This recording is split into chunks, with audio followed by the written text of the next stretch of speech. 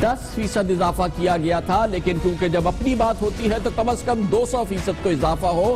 آج اس کا اعلان وفاقی وزیر خزانہ جناب اسحاق ڈار نے کیا، اور وہ بھی قومی اسمبلی کے فلور پہ۔ میں مشکور ہوں کیبنٹ کا، اور میں نے کنسلٹیٹو پروسیس اپنے ساتھیوں سے اپوزیشن ٹریڈی بینچز سے میں کرتا رہا ہوں before I move the original summary, تو میں نے آج اپروول لیا وہ 150,000 بیسک سیلری فرام 60,996۔ جو فیڈرل منسٹر کی جو ہے بیسک سیلری وہ 2 لاکھ کی گئی ہے، اور جو اسپیکر اور سینٹ چیئرمین نے 2,05,000 ہے۔ اسی طرح deputy chairman and deputy speaker صاحب کی سیلری 185,000 بیسک کی گئی ہے، اور جو منسٹر آف اسٹیٹ ہے ان کی 180,000، ان کو ان سے نیچے رکھا گیا ہے۔ یہ میں نے اپروول لی ہے کہ اس کا 1 اکتوبر 2016 سے اطلاق ہوگا۔ دیٹ مینس کہ اکتوبر اور نومبر کے ایریز بھی نئے بیسس کے اوپر ملیں گے۔ آپ کو پتا ہے کہ پاکستان میں سرکاری ملازم کی چھٹی ہوتی ہے کل ملا کے 30 روز۔ 30 روز سے زیادہ چھٹی کرے گا تو اس کو اختیار نہیں ہوتا، اور پھر اس کی تنخواہ منہا کی جاتی ہے۔ لیکن کیا آپ کو پتا ہے کہ پاکستان کے اراکین پارلیمنٹ کے لیے کوئی مدت نہیں ہے، جتنے دن چاہے آئے جتنے دن چاہے نہ آئے، مگر اس کو تنخواہ اتنی ہی ملے گی، مراد اتنی ہی ملیں گی، اس میں کوئی کمی نہیں ہو سکتی۔ لیکن ایک عام سرکاری ملازم کا گلا پکڑ لیا جاتا ہے۔ شاید آپ کو پتا ہو کہ سن جون 2013 سے اکتوبر 2016 کے اختتام تک قومی اسمبلی کے 359 اجلاس ہوئے ہیں اس حکومت کے دور میں، جس نے فیصلہ کیا ہے کہ وہ اراکین پارلیمنٹ کی تنخواہوں میں 200% اضافہ کرے گا، اپنی کابینہ کے اراکین کی تنخواہوں میں 200% اضافہ کرے گا۔ 359 اجلاسوں میں وزیر اعظم نواز شریف اور تحریک انصاف کے چیئرمین عمران خان کی اگر آپ کو ہم حاضری بتائیں تو وزیر اعظم جناب نواز شریف 60 بار اجلاس میں آئے ہیں، ان کی حاضری کا تناسب 17% رہا ہے۔ عمران خان صاحب 22 اجلاسوں میں شریک ہوئے ہیں، حاضری کا تناسب صرف 6% رہا ہے۔ پچھلے سال کے آخری 6 مہینوں میں، گزشتہ سال کے آخری 6 مہینوں میں ہم آپ کو ایک مثال کے طور پہ ہم آپ کو بتا رہے ہیں کہ پچھلے سال کے آخری 6 مہینوں میں قومی اسمبلی کے 42 اجلاس ہوئے تھے، جن میں 50 سے زائد اراکین کی حاضری صرف 20% تھی، صرف 20% کی حاضری تھی۔ 50% سے زائد اراکین کی تحریک انصاف کے سربراہ جناب عمران خان صرف 1 دن آئے تھے، 41 دن چھٹی کی تھی۔ میاں شہباز شریف معاف کیجیے گا، میاں حمزہ شہباز شریف صرف 2 دن اجلاس میں آئے تھے، 40 دن انہوں نے چھٹی کی تھی۔ آصف زرداری صاحب کی ہمشیرہ فریال تالپور 2 دن آئی تھی، 40 دن چھٹی کی تھی۔ ڈاکٹر فہمیدہ مرزا 3 دن آئی تھی، 39 دن چھٹی کی تھی۔ اور پیپلز پارٹی کے علی محمد خان مہر نے 4 دفعہ اجلاس میں آئے تھے، 38 دن چھٹی کی تھی۔ جناب چودھری پرویز الہی 6 اجلاس میں آئے تھے، 36 دن چھٹی کی تھی۔ وزیر اعلیٰ خیبر پختونخوا سابق وزیر اعلیٰ امیر حیدر خان ہوتی 6 روز آئے، 36 دن نہیں آئے۔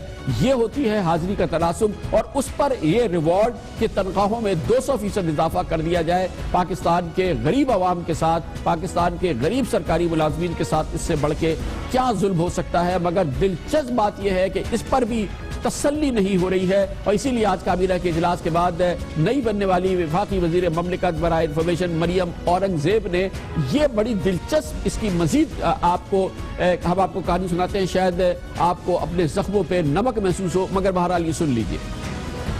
یہ تنخواہیں جو اس منصب کو سوٹ نہیں کرتی، اور جو خرچے اگر آپ دیکھیں اور انفلیشن ریٹ دیکھیں، اگر ہر سرکاری افسر کی ہر سال تنخواہ بڑھ سکتی ہے تو جو پبلک آفس ہولڈر ہیں، جو منسٹرز ہیں جو کام کرتے ہیں، اور جو مڈل کلاس سے جو ہے، تو اگر ہم ان کی تنخواہیں بڑھائیں گے تو ہم دراصل جو پرائم منسٹر کی اس میں کاوش ہے کہ ہم ہر قسم کی جو کسی قسم کا شک و شبہات پائے جاتے ہیں کہ جی وہ یہ ہو رہی ہے اور کرپشن ہو رہی ہے، اس کو ختم کرتے ہیں اور زیادہ ٹرانسپیرنسی کی طرف جاتے ہیں۔ آپ کے علم میں یہ بات بھی ہے کہ اراکین پارلیمنٹ کی بنیادی تنخواہوں میں تقریباً 3 گنا 300% اضافے کا تو باقاعدہ اعلان کر دیا گیا ہے، کیونکہ یہ 200 سے 300% اضافہ ہے۔ لیکن آپ یہ نہ سمجھیں کہ صرف یہ بنیادی تنخواہ میں اضافہ ہے، یہ بنیادی تنخواہ میں اضافہ ہے۔ اس کے علاوہ آپ کو ہم بتا دیں کہ ان اراکین پارلیمنٹ کو ملتا کیا ہے، اگر وہ 20 دن بھی آئیں، 40 دن آئیں، یا 15% ان کی حاضری ہو، 10% حاضری ہو، 5% حاضری ہو، ان کی مراعات یا الاؤنسز میں بھی اضافہ کیا گیا ہے۔ یہ نہیں بتایا گیا کہ کہ ان اراکین پارلیمنٹ کو جن کی تنخواہوں میں 200 سے 300% اضافہ کیا گیا ہے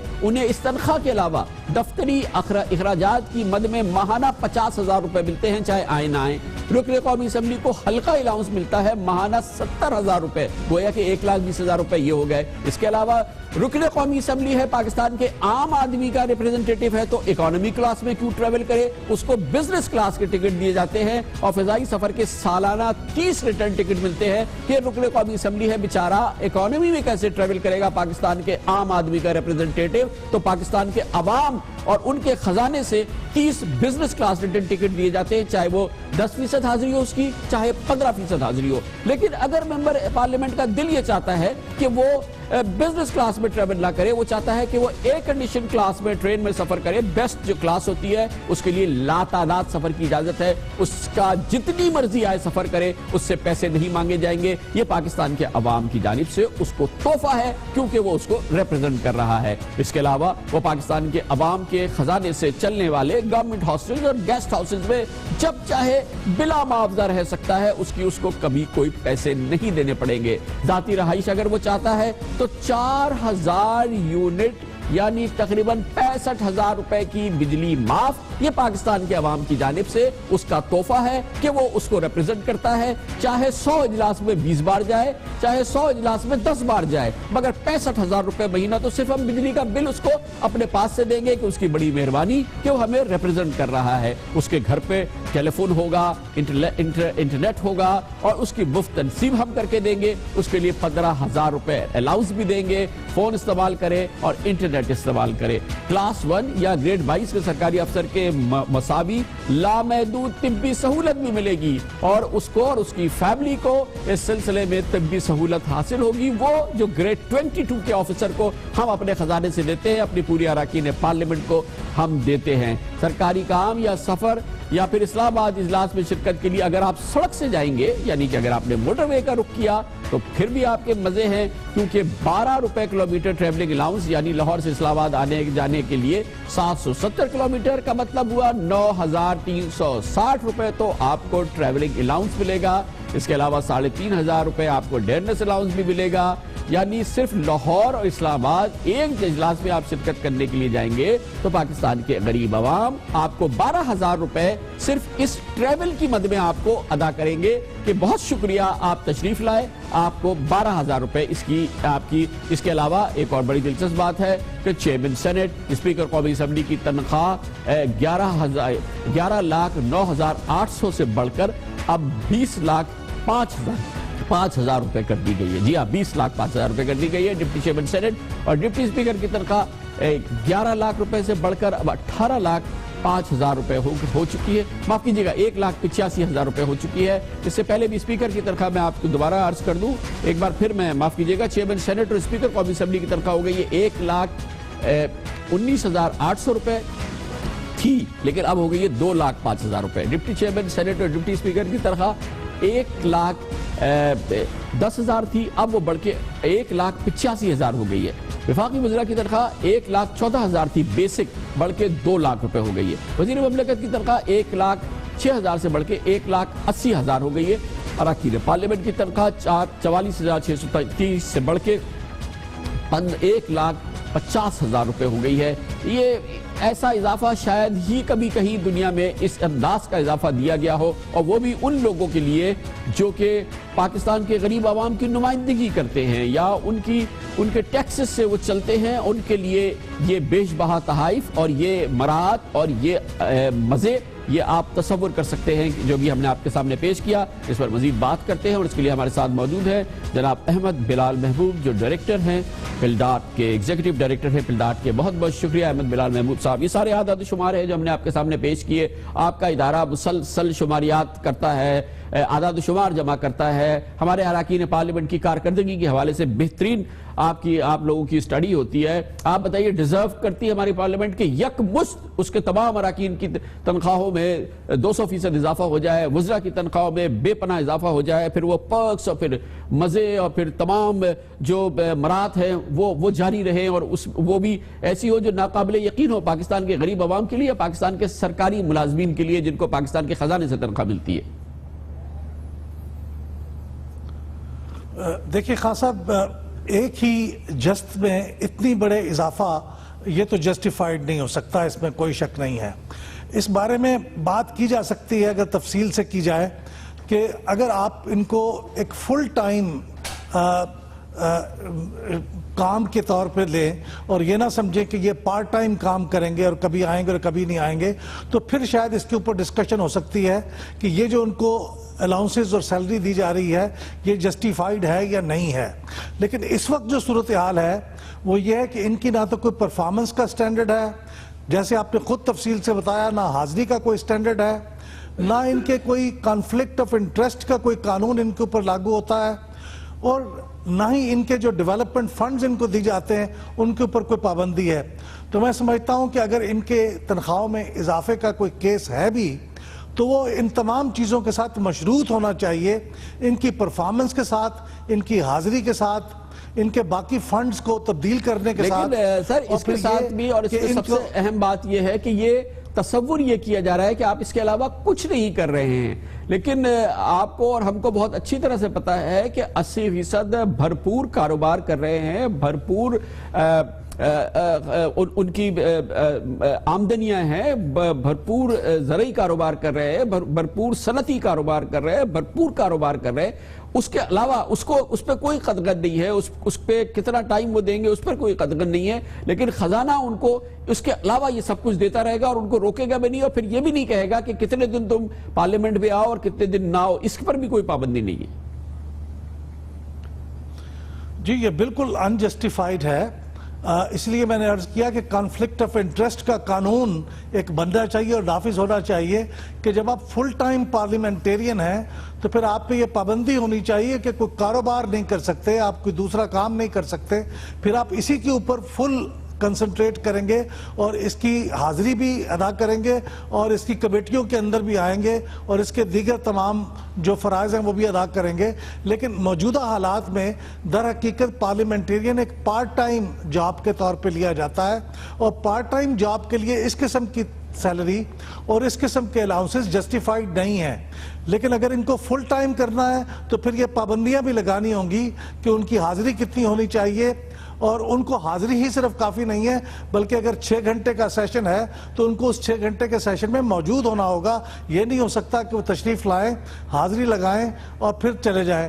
تو یہ تمام پابندیاں اور تمام ریگولیشنز میں ایک کلیدی تبدیلیاں لانے کی ضرورت ہے. اس کے بعد پھر یہ حاضری اور اس میں یہ اضافہ جو ہے یہ جسٹیفائیڈ ہو سکتا ہے، ورنہ موجودہ حالات پہ تو یہ جسٹیفائیڈ نہیں ہے. بہت بہت شکریہ جناب احمد بلال محبوب. بالکل جائز بات ہے کہ چلے ہم آپ کو یہ تنخواہ دے دیتے ہیں، تمام مراد دے دیتے ہیں، مگر خدا کے لیے پارلیمنٹ میں تو آئیں، اسمبلی میں تو آئیں، سینٹ میں تو آئیں اور اس میں حصہ تو لیں. 50% تو اراکین ایسے ہیں جو بولے ہی نہیں ہیں پارلیمنٹ میں، خاموش آئے اور خاموش چلے گئے ہیں. اس پہ کچھ تو انصاف کریں. خبر سے بریک، اس کے بعد ذکر کرتے ہیں سندھ کابینہ کے اراکین کی وہ تعداد جو کہ مؤثر انداز میں ترجمانی کرتی ہے وہ بہت زیادہ نہیں ہے، لیکن اس میں تھے اس کے سابق مشیر قانون مرتضی وہاب. لیکن کل اچانک ان کا دور ختم ہو گیا اور ان کو فارغ کرنا پڑا کیونکہ سندھ ہائی کورٹ کے چیف جسٹس نے فیصلہ دیا کہ وہ اس بات کے اہل نہیں ہیں اور سندھ کے وزیر اعلیٰ کسی بھی ایسی شخصیت کو مشیر نہیں بنا سکتے کسی خاص محکمے کا. آج پاکستان پیپلز پارٹی نے ایک بار پھر اس کا بہت برا منایا ہے اور اسے ایک ناجائز فیصلہ قرار دیا ہے. اگر یہ کہا جائے تو بے جانا ہوگا کہ سندھ ہائی کورٹ اور اس کے اس فیصلے کو آڑے ہاتھ لیا ہے. اس پر بات کرتے ہیں چھوٹے سے وقفے کے بعد.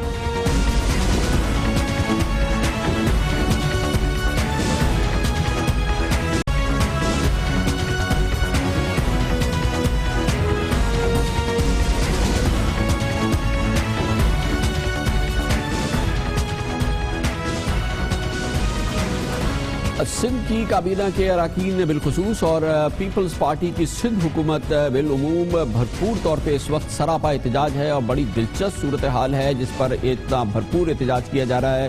اس کا تعلق ہے کل کے سندھ ہائی کورٹ کے ایک فیصلے کا جس میں سندھ ہائی کورٹ کے چیف جسٹس جناب جسٹس سجاد علی شاہ اور جسٹس ذوالفقار احمد خان پر مشتمل 2 رکنی بینچ نے صوبائی مشیر مرتضی وہاب کو محکمہ قانون کا قلمدان دینے کا نوٹیفیکیشن قلمدان قرار دے دیا تھا اور حکم دیا تھا کہ مرتضی وہاب کو محکمہ قانون کے سربراہ کی حیثیت سے سندھ کابینہ کے اجلاس میں نہ شرکت کرنا دیا جائے۔ عدالت نے مرتضی وہاب کو لا کالجز کے بورڈ آف گورننس کی سربراہی سے بھی ہٹانے کا فوری حکم جاری کیا تھا۔ یہ بہت اہم ڈیولپمنٹ تھی جو کل سامنے آئی۔ اس کے نتیجے میں ایک جانب مرتضی وہاب جو سندھ کابینہ کے ایک مؤثر ترجمان تھے اور ایسے معاملات پہ جس پہ کہ شاید سندھ کابینہ کے دوسرے اراکین بولنے میں اعتراض کرتے ہوں، مرتضی وہاب اس پر بہت ہی بھرپور انداز سے بات کرتے تھے، چاہے وہ متنازع معاملات ہوں، چاہے وہ ایسے معاملات ہوں جو کہ حساس بھی ہوں، لیکن مرتضی وہاب حکومت سندھ کی پاکستان پیپلز پارٹی کی ترجمانی کرتے تھے اور ٹیلی ویژن پروگرامز پہ وہ بھرپور انداز میں اس کی گفتگو کرتے تھے۔ اب وہ آواز اس انداز کی ترجمانی کے لیے غیر مؤثر کر دی گئی ہے اور ظاہر ہے کہ اس کی وجہ بنی جناب chief justice Sindh high court جناب سجاد علی شاہ کی عدالت کا یہ فیصلہ، جس پر آج پاکستان پیپلز پارٹی بہت زیادہ احتجاج کر رہی ہے۔ حکومت سندھ بھی غیر معمولی احتجاج کر رہی ہے کیونکہ ان کی اس شخصیت کو خاموش کیا گیا ہے جو کہ بقول پاکستان پیپلز پارٹی کے اہم لوگوں کی کہ وہ ایک بہادر ترجمان تھے حکومت سندھ کے، اور شاید ان کی یہ جو اہمیت بتائی جا رہی ہے اس کی بنیادی وجہ شاید وہ معاملات ہوں، وہ حساس معاملات ہوں جن کا تعلق حکومت سندھ، پاکستان پیپلز پارٹی اور قانون نافذ کرنے والے اداروں کی سندھ آپریشن کے حوالے سے صورتحال ہے۔ جو ادارہ کا جہاں تک اختیارات ہیں اس اختیارات کی محدود میں رہتے ہوئے کام کرنا چاہیے۔ آپ کو کوئی قانون اس بات کی اجازت نہیں دیتا کہ آپ اپنے ایمبٹ سے باہر ہیں۔ انٹیریئر سندھ کے اندر رینجرز جو ہیں they will act in aid of civil administration، ان کے پاس وہاں پہ پولیسنگ پاور نہیں ہے، ان کے پاس وہاں پہ اریسٹ کرنے کی پاورز نہیں ہیں۔ اگر وہ کسی کے اوپر شک ہے ان کو کہ وہ کسی کو اریسٹ کرنا چاہتے ہیں تو آئیں سندھ پولیس کو مدعو کریں۔ وہ جو 90 دن تک اٹھانے کا اختیار ہے، وہ جو ڈیٹین کرنے کا اختیار ہے، وہ تو 14 جون کو ختم ہو چکا ہے۔ تو کس قانون کے تحت وہ اٹھانے کے لیے آئے تھے؟ جو جس کا اختیار ہے اس کو اس اختیار کی حد میں رہتے ہوئے کام کرنا چاہیے۔ قانون شکنی نہیں ہونی چاہیے، قانون کو واضح طور پر فالو کرنا چاہیے، ہمیں بھی اور سب کو۔ ایسا لگتا ہے کہ پاکستان پیپلز پارٹی اس معاملے پہ بھرپور احتجاج کر رہی ہے، اور نہ صرف یہ کہ احتجاج کر رہی ہے بلکہ اس کے لیے وہ تمام چیزیں ہو رہی ہیں جو کہ اس سے پہلے دیکھنے میں نہیں آئی ہیں، اور اسی لیے براہ راست چیلنج کیا جا رہا ہے سندھ ہائی کورٹ کے اس فیصلے کو۔ ایک جانب قانونی طور پہ بھی سپریم کورٹ آف پاکستان میں جاری ہے سندھ حکومت، لیکن دوسری جانب وہ براہ راست چیلنج کر رہے ہیں سندھ ہائی کورٹ کے اس فیصلے کو، اور اس کے لیے آج وزیر اعلیٰ سندھ جناب مراد علی شاہ کے دو اور مشیران نے بھرپور پریس کانفرنس کی۔ پاکستان پیپلز پارٹی کے اہم رہنما سینیٹر سعید غنی اور مشیر اطلاعات وزیر اعلیٰ سندھ جناب مولا بخش چانڈیو نے۔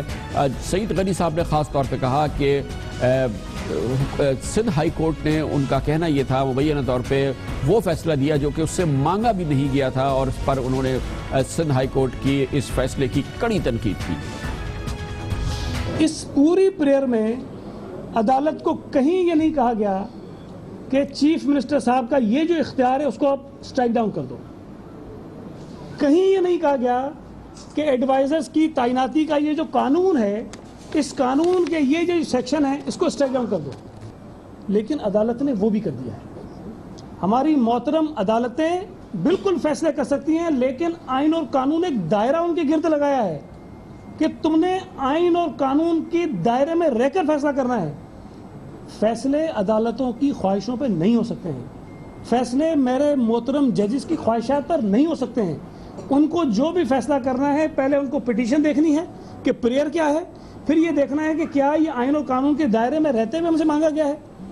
لیکن اس میں محسوس یہ ہوتا ہے کہ شاید یہ فیصلے جو ہیں آئین اور قانون کے دائرے سے نکل کر یا خواہش ہو سکتی ہے یا کسی سے ناراضگی ہو سکتی ہے، اس کی بنیاد پر کیے گئے۔ اسی پریس کانفرنس میں وزیر اعلیٰ کے مشیر برائے اطلاعات مولا بخش چانڈیو ایک قدم آگے بڑھے۔ انہوں نے کہا کہ اس فیصلے میں انصاف نظر نہیں آتا، اور اس کے علاوہ انہوں نے یہ بھی کہا کہ عدالتیں سندھ میں پاکستان پیپلز پارٹی کو اور خاص طور پہ پاکستان پیپلز پارٹی کو نشانہ بنا رہی ہیں۔ امتیازی سلوک کیا جا رہا ہے پاکستان پیپلز پارٹی کے خلاف، عدالتوں میں یہ دیکھنے میں آ رہا ہے۔ لاکھوں کیسز پڑے ہوئے، آپ کو یہی کیس ضروری اٹھانا ہے۔ جو بھی سندھ کا ایشو آئے گا وہ عدالت اولیت کی بنیاد پر لیں گے۔ ابھی کرپشن کے کیسز ہیں سپریم کورٹ میں، ابھی آرام سے چلیں گے۔ میں احترام کرتا ہوں سندھ ہائی کورٹ کا، وہ ہمارا انتہائی محترم و مکرم ادارہ ہے، لیکن میں اپنے محترم و مکرم ادارے کو کہتا ہوں جناب آپ کی تشریح، آپ کے فیصلے بھی تو ایسے ہونے چاہیے جس سے انصاف نظر آنا چاہیے۔ صرف ہمیں نہیں، کوئی بات نہیں ہے، ہم نہیں ہوں گے مشیر کوئی بات نہیں، لیکن مشیر کا مقرر کرنا آپ کیسے غیر آئینی کہیں گے؟ تمام وفاق میں 3 صوبوں میں معاملے خصوصی بھی ہوں، مشیر بھی ہوں، لیکن سندھ میں آئین کے تحت، اسی آئین کے تحت سندھ میں مشیر نہیں رکھے جا سکتے، مشیروں کو اختیار نہیں دیا جا سکتا۔ یہ ساری چیزیں صوبے کے لیے ہوگی، ساری صوبے سندھ کے لیے ہوگی، آئین کی یہ سارا اطلاق ہم پر ہوگا، کسی اور پہ نہیں ہوگا۔ ایک بار پھر پاکستان پیپلز پارٹی سراپا احتجاج نظر آتی ہے عدالتی فیصلوں کے حوالے سے، اور یہ فیصلہ وہ ہے جس کے ذریعے اس کے ایک مؤثر رکن مرتضی وہاب کو کل ڈی سیٹ کر دیا گیا، یا ان کے عہدے کو اور ان کے حوالے سے جو ان کے عہدے کے لیے ان کی اپوائنٹمنٹ کے لیے نوٹیفیکیشن تھا اسے کل عدم قرار دے دیا ہے۔ وزیر اعلیٰ سندھ سید مراد علی شاہ کے ایک اہم اسپوکس مین خاموش ہو گئے ہیں۔ لیتے ہیں کمرشل بریک اور اس کے بعد ذکر کریں گے لائن آف کنٹرول کی صورتحال۔ بھارت نے اب ایسا لگتا ہے کہ کب یہ فیصلہ کیا ہے کہ وہ پاکستان کے صبر کا امتحان لے گا، یا یہ کہ پاکستان کو اب بھرپور جواب دینا ہوگا۔ آج سویلینز کی شہادتیں ہوئی ہیں، ایک بس کو نشانہ بنایا گیا ہے، 3 پاکستانی فوج کے اہم سپاہیوں کو آج پھر شہید کیا گیا ہے۔ بہت ہی حساس صورتحال ہے، نازک صورتحال ہے لائن آف کنٹرول پر۔ اس کے بارے میں بات کرتے ہیں چھوٹے سے وقفے کے بعد۔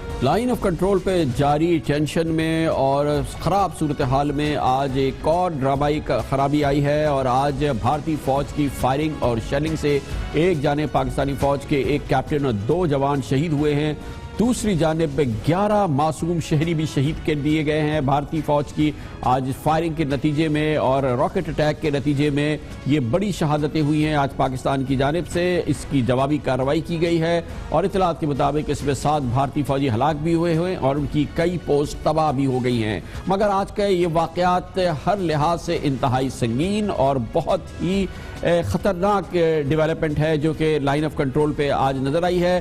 آج کی سب سے اہم ڈیولپمنٹ یہ تھی کہ بھارتی فوج نے آج صبح لائن آف کنٹرول کے نیلم سیکٹر میں ایک مسافر بس کو راکٹ سے نشانہ بنایا، جس میں 10 معصوم لوگ شہید ہو گئے۔ اطلاعات کے مطابق ایک اور شہادت بھی ہوئی ہے، اور کل ملا کے 11 شہادتیں ہو چکی ہیں اس حملے میں، جس میں کہ معصوم شہریوں کو اور شہریوں کی بس کو نشانہ بنایا گیا، جبکہ کوٹلی میں بھی ایک بھارتی فائرنگ سے ایک پاکستانی شہری شہید ہوا ہے، 7 زخمی ہوئے ہیں۔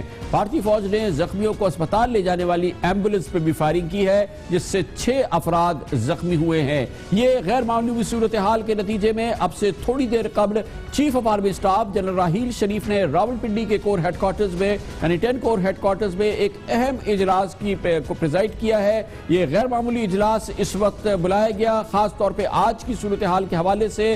آرمی چیف اپنی فیورل کالز میں آج کے دن کراچی میں انہوں نے زیادہ وقت گزارا تھا، لیکن راولپنڈی پہنچنے کے بعد کراچی سے انہوں نے فوری طور پہ یہ اجلاس بلایا ہے، جس اجلاس کے حوالے سے اب آئی ایس پی آر نے اب سے چند لمحات قبل یہ بتایا ہے کہ جنرل راحیل شریف نے چیف آف آرمی اسٹاف نے کہا ہے کہ یہ کسی صورت میں بھی قابل قبول عمل نہیں ہو سکتا۔ شہریوں کو نشانہ بنانا، معصوم شہریوں کو نشانہ بنانا یہ ناقابل معافی جرم ہے، اور یہ کسی بھی صورت میں برداشت نہیں کیا جا سکتا، اس کو قبول نہیں کیا جا سکتا۔ جنرل راحیل شریف اطلاعات کے مطابق اس وقت بھی جنرل ہیڈ کوارٹرز میں موجود ہیں۔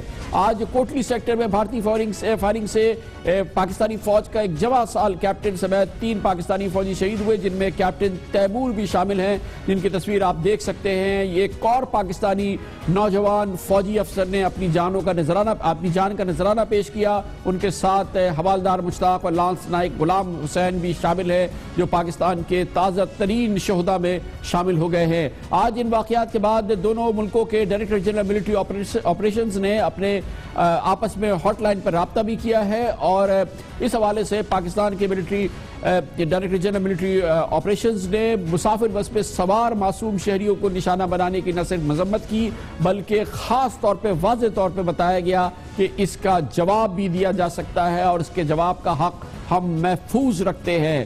تازہ ترین اطلاعات کے مطابق اڑی واقعے کے بعد بھارت نے لائن آف کنٹرول کی اس کے علاوہ 220 بار اس سال خلاف ورزی کی ہے اور یہ پورا ماحول جو ہے اس وقت انتہائی کشیدہ نظر آتا ہے اور اسی دوران حکومت پاکستان کی جانب سے یہ فیصلہ کیا گیا ہے کہ بھارت کے حوالے سے پاکستان کی پالیسی پر نظر ثانی کی جائے۔ اس کے لیے پارلیمنٹ اور عسکری اداروں کی اہم اپوائنٹمنٹس پر مشتمل ایک کمیٹی بنائی گئی ہے جو بہت جلد اپنا کام شروع کرے گی اور بھارت کے حوالے سے موجودہ جو صورتحال ہے پاکستان کی پالیسی کو ایک نیا رخ دینے کے لیے یا اس میں نئی جدت پیدا کرنے کے لیے تجاویز سامنے آئیں گی اور یہ وہ ٹاسک ہے جو کہ سب سے پہلے سامنے ہوگا چیف آف آرمی سٹاف نئے chief of army staff Pakistani فوج کے نئے سربراہ کے سامنے جب وہ اپنا عہدہ سنبھالیں گے آئندہ پیر کو۔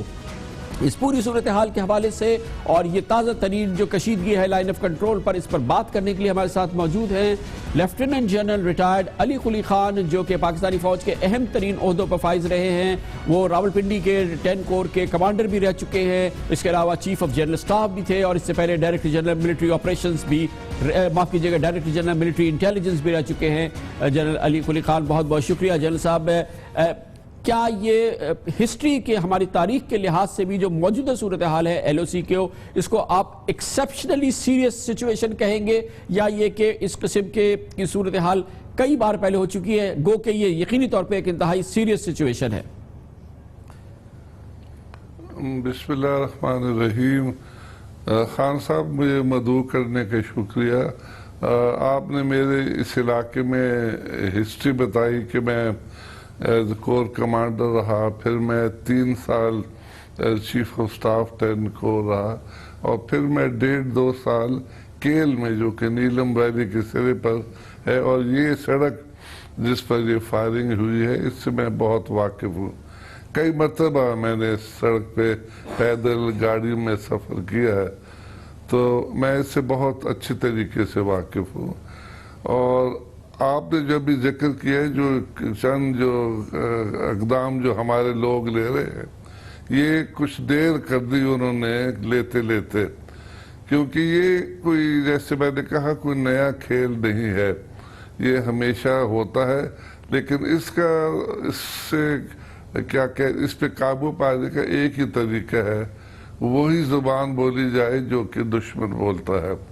اگر دشمن گولی سے کام لیتا ہے تو ہمیں اس سے بڑھ کے لینا چاہیے اور اسی طریقے سے اگر وہ گولے برساتے ہیں تو ہمیں اس سے بڑھ کے، کیونکہ یہ جو مکار دشمن جو ہے ہمارا جس کو آج کل ایک اور انٹرنیشنل کرمنل نریندر مودی صاحب جن کے پرائم منسٹر ہیں وہ یہی زبان سمجھتے ہیں اور ہماری بہادر فوج، ہماری بہت ایکسپیرینس فوج، ہماری بیٹل ہارڈنڈ فوج نہیں بلکہ تمام آرمڈ فورسز اس کا بہت اچھے طریقے سے جواب دے سکتے ہیں اور کچھ دیر ہو گئی لیکن اب بھی اس کو بالکل سیدھا کیا جا سکتا ہے۔ آپ کے خیال میں یہ اس سے پہلے جب اس قسم کی صورتحال پیدا ہوئی ہے تو ہم نے ٹٹ فور ٹیٹ کیا ہے، ہم دیکھ رہے ہیں کہ جب بھی اس قسم کی ایکٹیویٹی ہوتی ہے تو جواب تو ہم دے رہے ہیں، ایسا نہیں ہے کہ ہم اس کا سیر حاصل جواب نہیں دے رہے، مگر آپ کے خیال میں آپ کے ایکسپیرینس کے لحاظ سے اب ہمیں اس کو اسکیل بڑھانا چاہیے اور ہمیں اس کا اور زیادہ طاقت سے جواب دینا چاہیے؟ بالکل خان صاحب، یہ جو ہے نا یہ ہر لیول پہ گورنمنٹ کے لیول پہ ہمیں اس پہ کوئی ذرا کیا کہتے ہیں نرمی یا لحاظ نہیں کرنا چاہیے۔ اسی طریقے سے آرمڈ فورسز پہ بالکل اتنا ہی جواب دے بلکہ سخت جواب دے تاکہ ان کو پتہ ہو کہ اگر وہ آئندہ اس قسم کی کوئی کارروائی کریں گے تو انہیں نقصان ہوگا، زیادہ نقصان ہوگا۔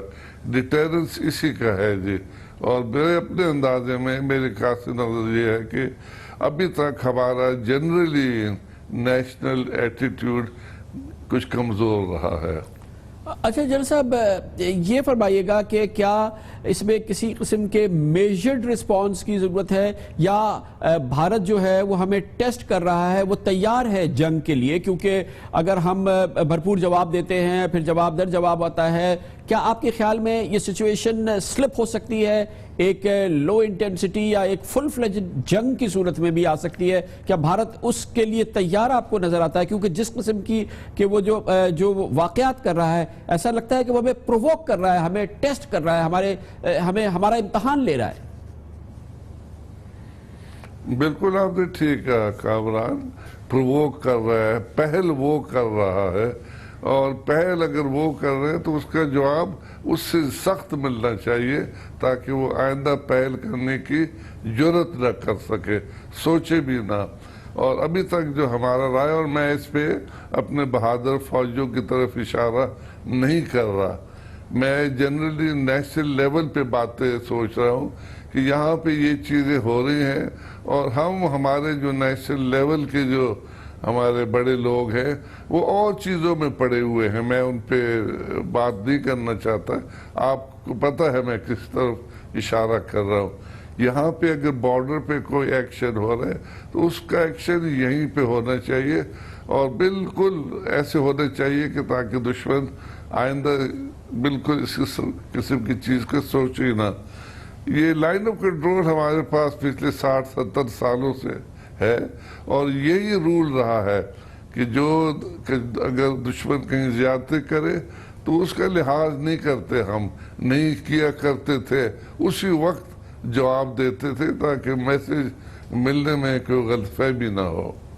لیکن آپ کے خیال میں یہ کشیدگی اس موجودہ صورتحال میں ہم بھرپور جواب دیں, یہ محدود رہے گی لائن آف کنٹرول کے علاقے میں, یا آپ کے خیال میں سلپ کرے گی ورکنگ باؤنڈری کی طرف اور پھر انٹرنیشنل بارڈرز کی طرف؟ آپ کے خیال میں یہ تمام چیزیں ہمیں اپنے ذہن میں رکھنی چاہیے کہ یہ پھر کشیدگی پھیلے گی تو ہم ہر طرح سے تیار ہیں, یا آپ کے خیال میں نہیں پھیلے گی, بھارت افورڈ نہیں کر سکتا؟ نہیں خان صاحب, ہم بالکل کر سکتے ہیں. پاکستان کے پاس ہر وہ طاقت ہے جس سے دشمن کا مقابلہ کیا جا سکے, چاہے ٹیکٹیکل لیول پہ ہو چاہے اس سے بڑھ کے اسٹریٹجک لیول پہ ہو.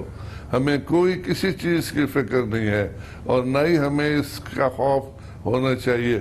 اگر پہل وہ کر رہے ہیں, بڑھائیں گے تو بڑھانے دیں, ہم بیٹھے ہوئے ہیں اسی موقع کے لیے کہ وہ بڑھائیں اور تاکہ ان کو ہم سبق سکھا سکیں. یہی وجہ ہے کہ پاکستان کی آرمڈ فورسز جو کہ انڈیا کے مقابلے میں 1/3 کا حصہ رکھتی ہے, لیکن ابھی تک انہوں نے انڈیا کو ہلنے نہیں دیا, اندر نہیں آنے دیا. اگر انڈیا اس قابل ہوتی کہ وہ ڈرا دھمکا کے اندر آ جاتی تو آج نہیں کل گزرے ہوئے آ جاتے یہاں پہ, لیکن ہمیں کوئی فکر نہیں. ہمارے ماشاءاللہ سب چیز پوری ہے, صرف کیا کہتے ہیں ارادہ مصمم ہونا چاہیے. آپ کی کیلکولیشن اور آپ کا ایکسپیرینس اور آپ کی نالج آپ کو کیا بتا رہی ہے, جو بھارت کی جانب سے جو فوجی کارروائیاں ہو رہی ہیں, اس کا کیا آبجیکٹیو ہے اس وقت, کیا ہدف ہے, جنگ ہدف ہے, کیا آبجیکٹیو ہے, یا یہ کہ ہمیں پرووک کر کے ایک میجر کانفرنٹریشن ہے, یا اس کو یہ پتہ ہے کہ یہ معاملہ اسکرمشز سے آگے نہیں بڑھے گا کیونکہ ہرزہ سرائی تو ان کی طرف سے ہو رہی ہے, اوفنسو تو وہ کر رہے ہیں ہم پر؟ بالکل ان کی طرف سے ہو رہی ہے, اور کامران خان مجھے ذرا برا لگتا ہے کہتے ہوئے, لیکن ایک پاگل جانور کے اس پہ بیہیویئر پہ آپ کیا کہیں گے. ان کو پتہ ہے, لیکن وہ جب پاگل پن ہوتا ہے تو وہ اسی قسم کی چیزیں کوشش کرتے ہیں. اور جو نریندر مودی صاحب جو کوشش کر رہے ہیں وہ یہی کر رہے ہیں. ان کا خیال تھا کہ جی وہ آئیں گے اور یہاں پہ پاکستانیوں کو دوڑا بھگا دیں گے, لیکن ان کو خود بھاگنا پڑ گیا دلی میں. وہ جو ان کی جو ایک پارٹی جن نے ان کو وہاں شکست دی, پھر بہار میں بھی ان کو لالو پرساد نے شکست دی, ہر طرف. اور یہ جو ہمارے بھائی جو بیٹھے ہیں لائن آف کنٹرول کے پار انڈین ہیلڈ کشمیر میں, وہ ہمارے بھائی, ہمارے بچے, ہماری بہنیں جو ہیں, عورتیں جو ہے, وہ تو پتھروں سے ان کا مقابلہ کر رہی ہے, اور جو انڈینز کا حال کر رہی ہے وہ بھی آپ دیکھتے ہیں.